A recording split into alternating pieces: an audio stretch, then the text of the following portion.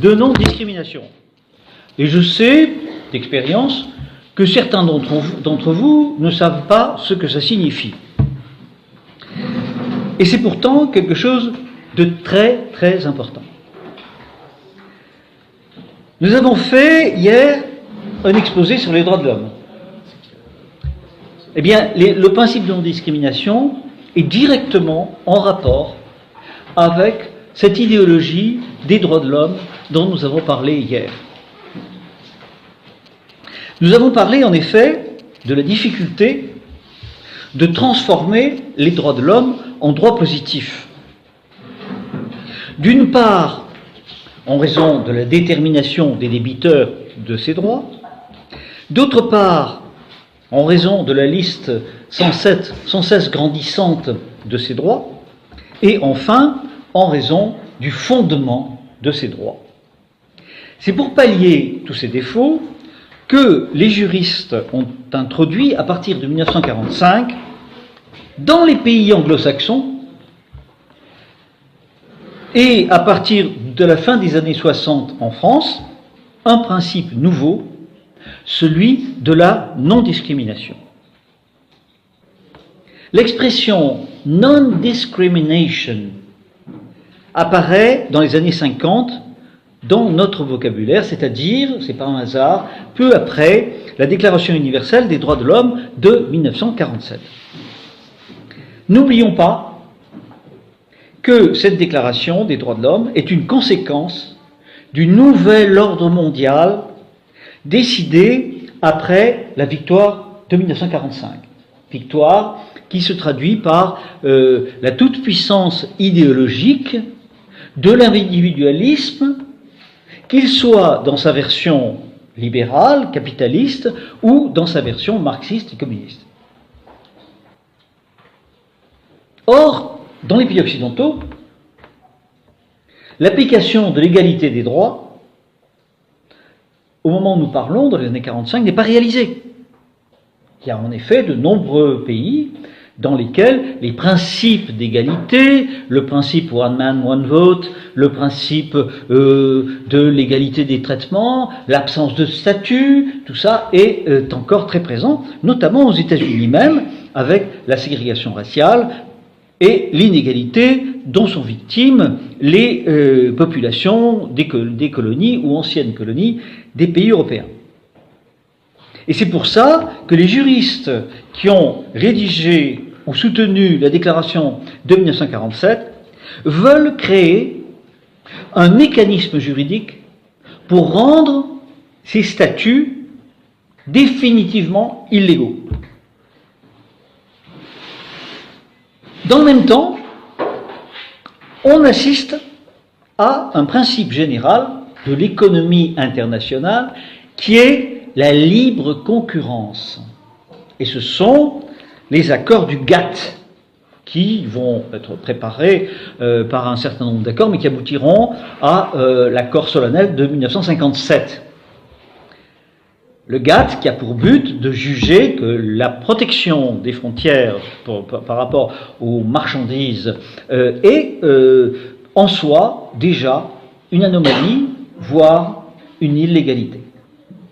Le but, c'est d'instaurer partout le libre-échange. Et le traité de Rome, comme l'a dit très justement ce matin notre ami Rougeron, vise à établir la libre circulation des marchandises, des personnes, des services et des capitaux.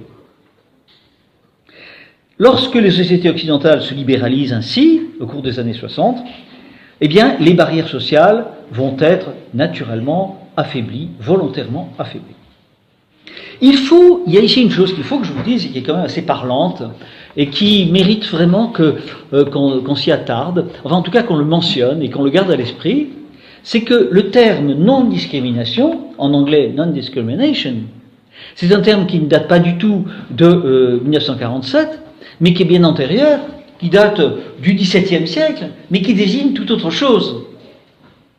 Ce terme désigne la clause de la nation la plus favorisée. Alors, pour ceux qui ne savent pas ce que c'est que la clause de la nation la plus favorisée, c'est un point fondamentale de la politique anglaise d'abord, américaine ensuite, et qui consiste à dire qu'on ne doit pas imposer à l'Angleterre et ensuite aux États-Unis des conditions tarifaires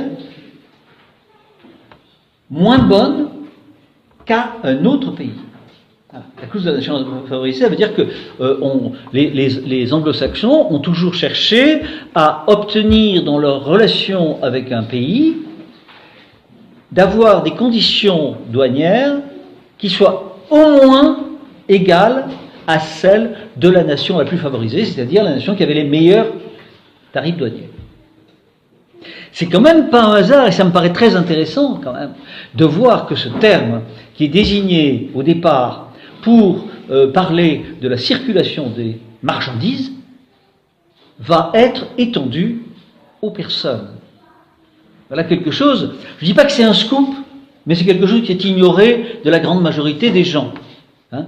La non-discrimination, c'est un principe juridique qui a été fait pour les marchandises et qu'on étend aux hommes. C'est quand même original.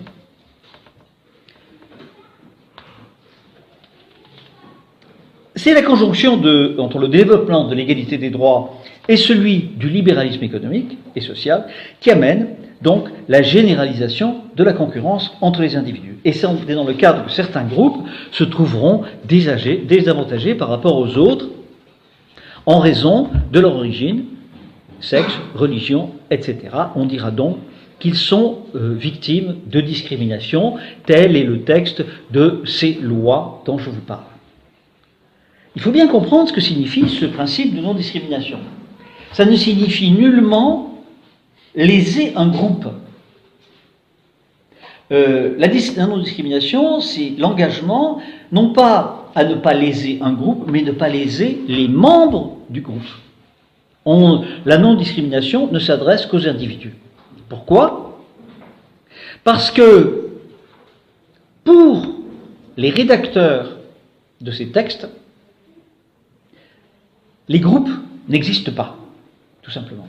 Ce matin, Rougeron était en plein dans ce sujet, quand il disait « Nous sommes dans une société de plus en plus réduite aux individus, c'est-à-dire de plus en plus faible, de plus en plus soumis à ce totalitarisme qu'on nous impose. » Eh bien, le principe de non-discrimination se fonde au départ sur cette idée qu'il n'y a que des individus.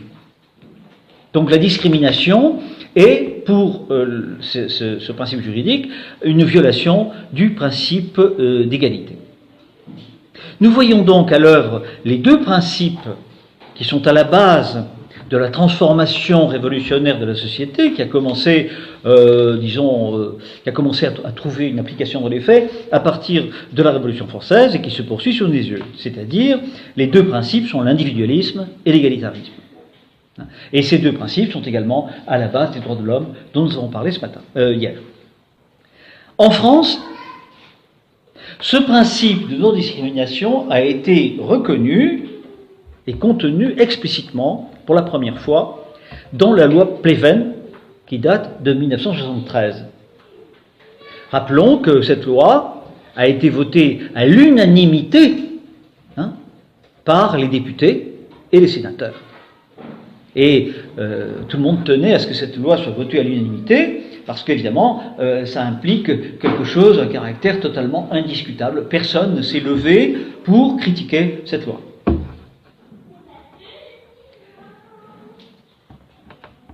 Or, cette loi, elle est extrêmement importante, elle est très grave, parce qu'elle aboutit, finalement, à interdire que l'on distingue entre plusieurs situations, selon la nature, le statut, l'origine d'une personne.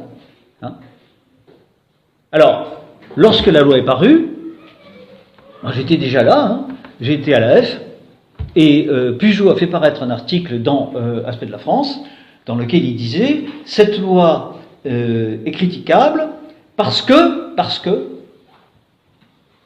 elle nous empêchera de faire la distinction entre les Français et l'étranger pour la dévolution des postes de fonctionnaires. »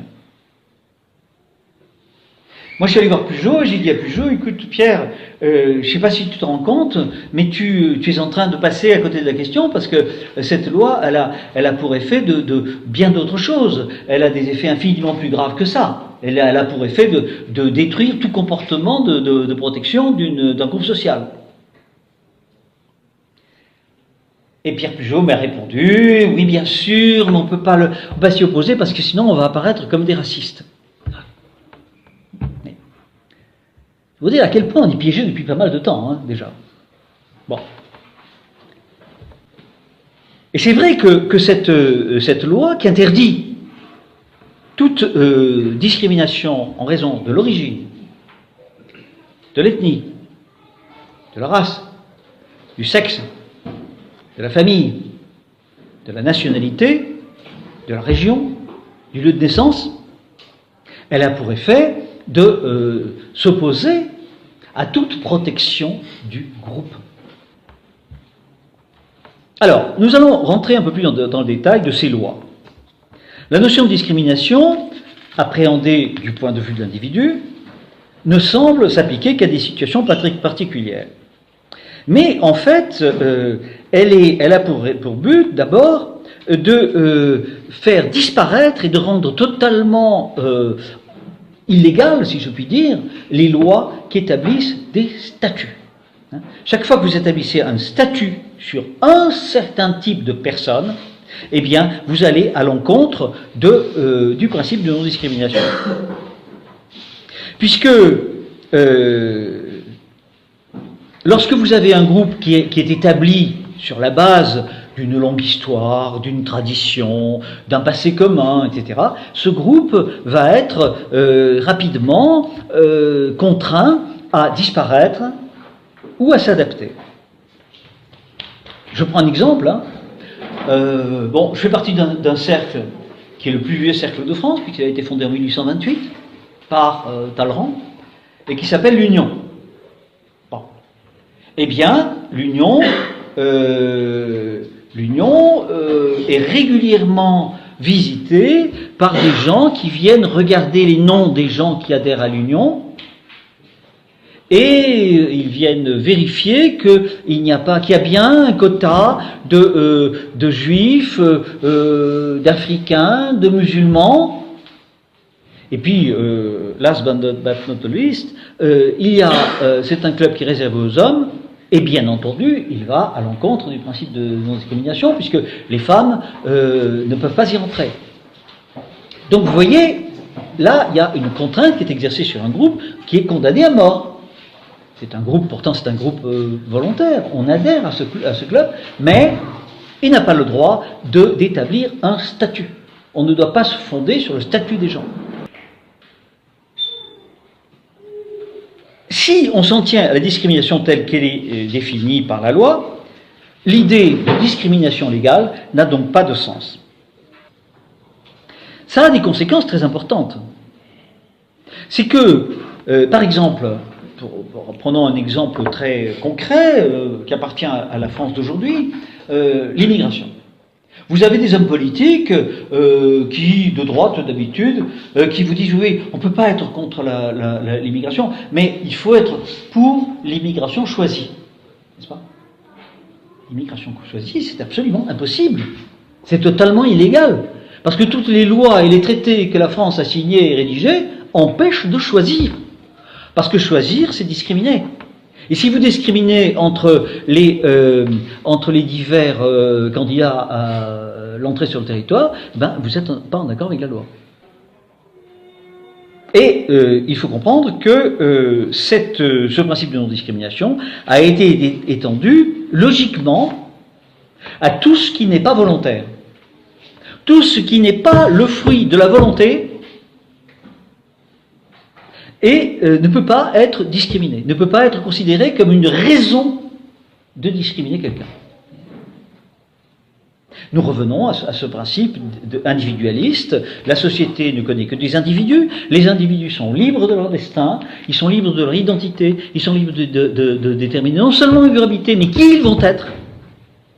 Et par conséquent, si on méconnaît cette volonté, ou si on veut la constater, et fonder un choix à l'égard de ces personnes sur ces éléments, on n'a pas le droit, c'est contraire au principe de non-discrimination. Nous allons essayer de maintenant voir la définition de tout cela, essayer de contourner, de faire de dessiner les contours de ce principe. Au départ, le mot de discrimination est un sens neutre. Ça signifie distinction. Au fait, discriminer, c'est tout simplement distinguer. C'est voir, en quelque sorte. Voir les différences.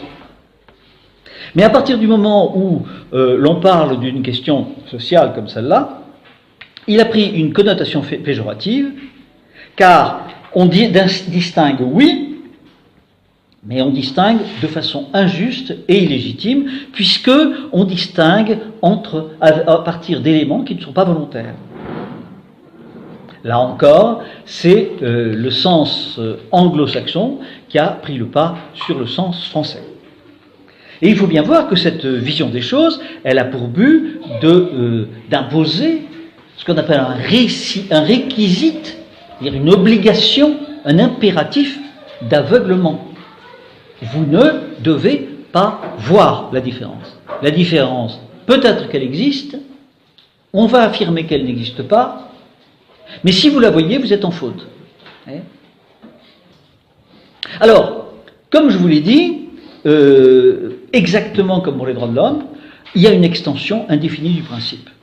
Les lois établissent des délits pénaux très lourdement condamnés chaque fois que le principe est violé par une personne physique ou morale, et la discrimination est le refus d'établir une différence dans le traitement de personnes en fonction de son origine, son sexe, ses mœurs, son orientation sexuelle, son identité de genre, son âge, sa situation familiale ou sa grossesse, ses caractéristiques génétiques, son appartenance ou sa non-appartenance, vraie ou supposée, à une ethnie, une nation ou une prétendue race, ses opinions politiques, ses activités syndicales ou mutualistes, ses convictions religieuses, son apparence physique, son nom de famille, son lieu de résidence, sa domiciliation bancaire, son état de santé, sa perte d'autonomie ou son handicap, la précarité de sa situation économique apparente ou connue de l'auteur de la décision, sa capacité à s'exprimer dans une langue autre que le français, et son acceptation ou son refus de subir des faits de bizutage.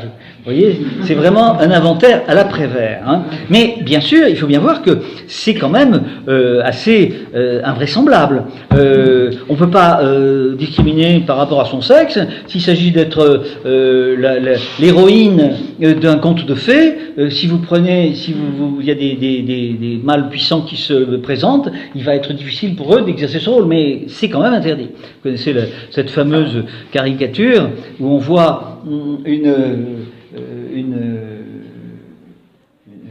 africaine, bien noire, qui a voulu participer à un casting pour le rôle de Blanche-Neige, et elle dit « On m'a refusé parce que j'étais trop grande ». Voilà.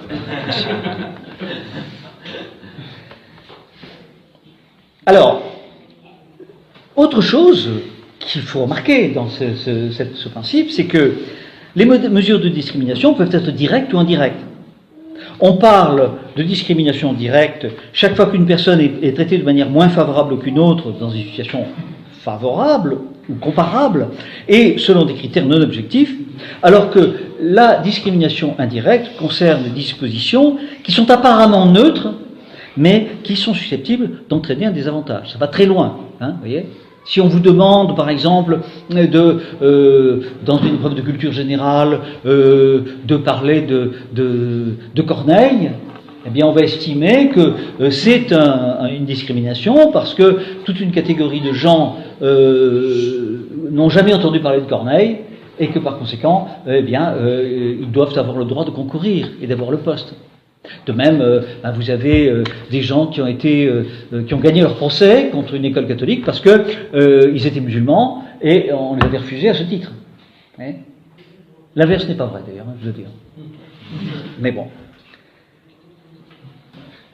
Alors, le résultat de tout ça, c'est que la discrimination, et là on va aller de plus en plus loin devant le caractère inquisiteur et catastrophiquement totalitaire de ce principe, parce qu'il faut voir jusqu'où on va.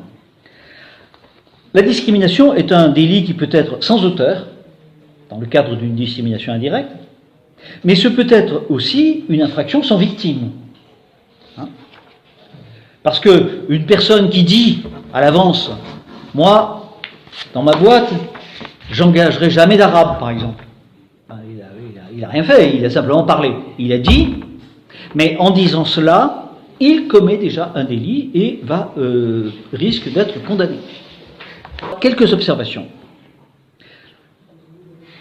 Nous l'avons vu, un délit sans victime est une entorse inévaluable à la liberté de conscience, pas seulement d'expression, mais de conscience, puisqu'il suffit de penser une chose, de le dire, même en privé, pour être un délinquant. Ce qui signifie que le principe de non-discrimination a pour résultat d'abolir une distinction que même les États musulmans islamistes ont conservé, la distinction entre le public et le privé.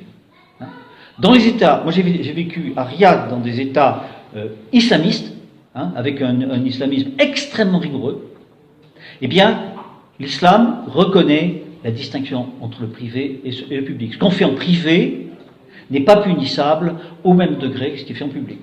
Et c'est pour ça que dans la charia, il est dit que les gens qui chantent le muezzin en haut des minarets doivent être aveugles afin de ne pas pouvoir percer le secret des terrasses. C'est très intéressant. Eh bien nous, avec le principe de non-discrimination, on a aboli la distinction entre privé et public.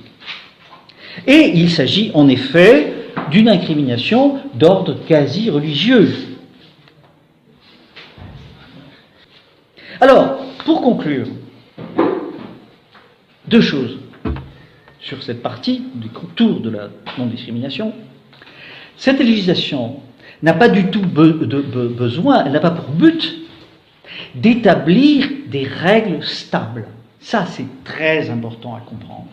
Toute cette réglementation anglo-saxonne, que ce soit les droits de l'homme, que ce soit le principe de non-discrimination, n'a pas du tout pour but de créer un ordre légal sécurisé où on sait ce qui est bien et ce qui est mal, ce qui est permis et ce qui est interdit. Non, pas du tout. Ça a pour but de changer les comportements.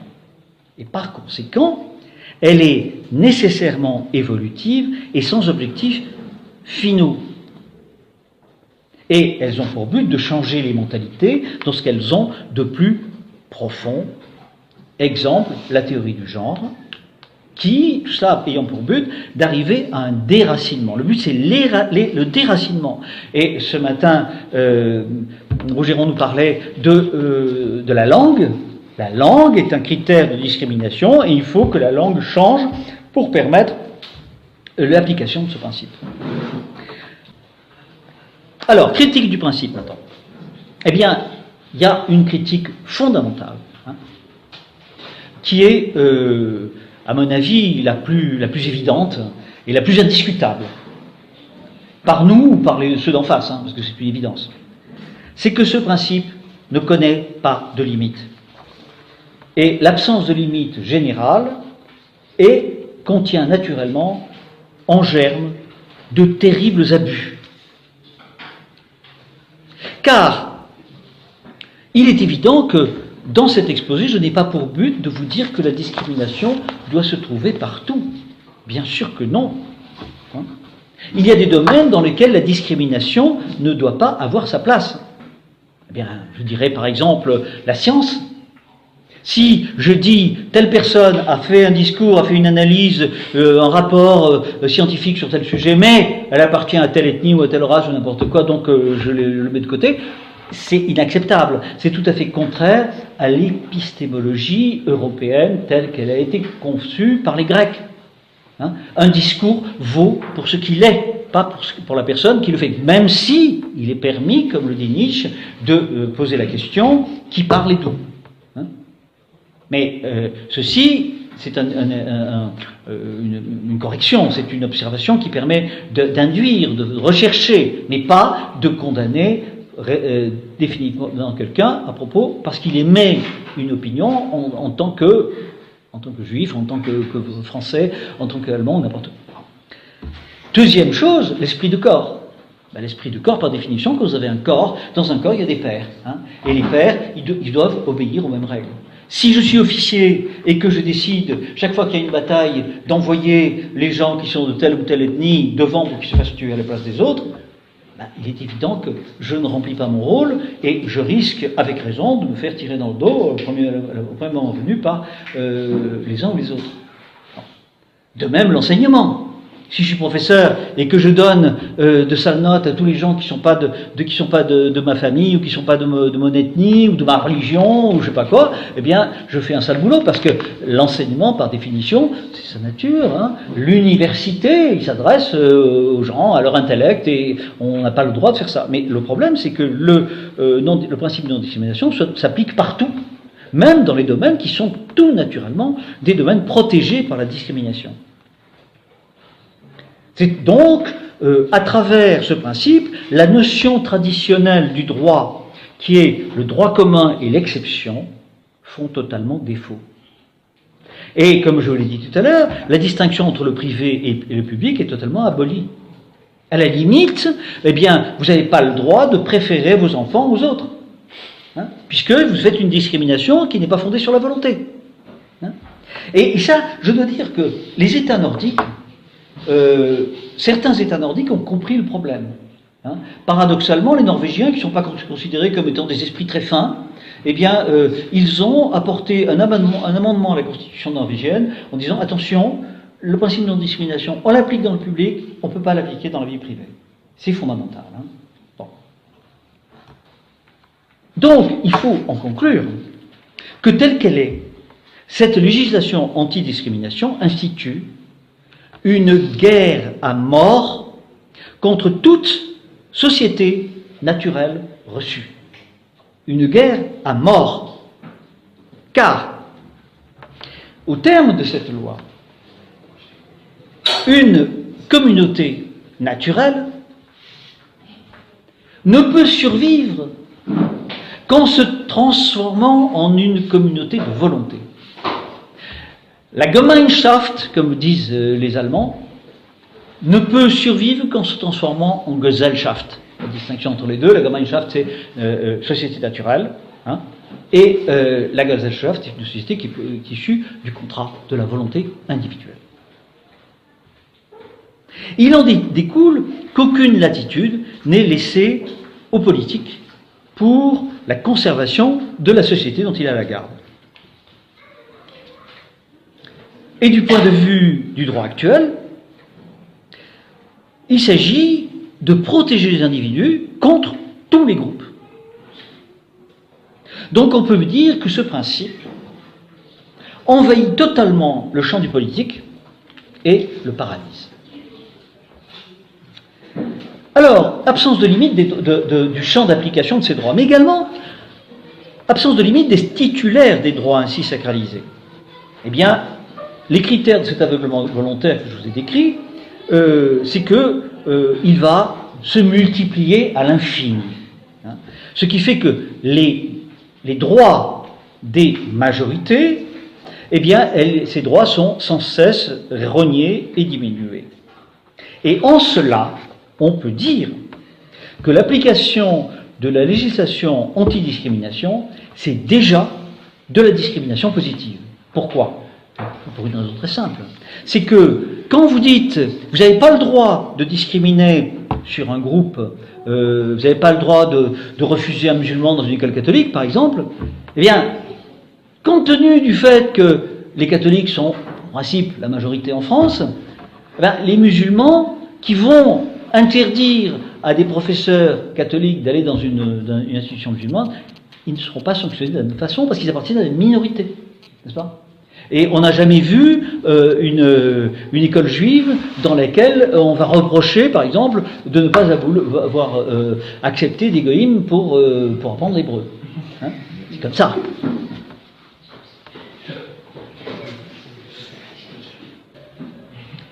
Quelle est la conséquence de cette absence de limite ? Eh bien, conséquence tout à fait incroyable, c'est que cette législation oblige systématiquement à appliquer le mensonge.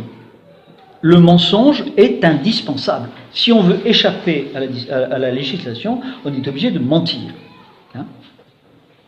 Donc, on ne peut pas dire la vérité si on a envie de rester tranquille. Et c'est pourquoi, eh bien, l'État institue des organismes dotés de pouvoirs d'investigation importants. Il y a eu la HALD, maintenant il y en a un autre qui a été créé, et qui ont pour but de chercher les motivations. Et moi j'ai entendu un commissaire de police de cet organisme, il dit c'est très difficile, parce que les gens ils commencent à comprendre ce qu'on veut, ils voient ce qui va arriver s'ils disent la vérité, alors ils nous mentent pour échapper à la loi. Ben, évidemment, naturellement, ils mentent pour échapper à la loi. Conclusion de mon exposé, j'ai été un peu long et je m'en excuse. Le principe de non-discrimination est une conséquence de l'idéologie des droits de l'homme, essentiellement fondée sur l'idée que l'homme doit être conforme à un modèle universel préétabli et mathématique. Donc ce principe implique le refus et la méconnaissance de tous les passés humains. Sous prétexte de diversité, il cherche à détruire la diversité humaine et à promouvoir le métissage universel. Il produit donc du totalitarisme et de la révolte. Il est une impasse dont la nocivité ne pourra pas être prouvée sans un constat d'échec irréversible. Et il est évident et très important de souligner quelque chose dont je vous demande d'être pénétré, parce que c'est très important. Nous sommes des réprouvés, parce que nous nous opposons à tout ce qu'il y a de plus sacré dans le système. Par essence, nous sommes des blasphémateurs. Il faut bien le voir. On est en opposition on n'est pas en accord avec le système dans lequel nous vivons. C'est dur à supporter, c'est souvent très inconfortable, mais il faut l'assumer. C'est également notre honneur.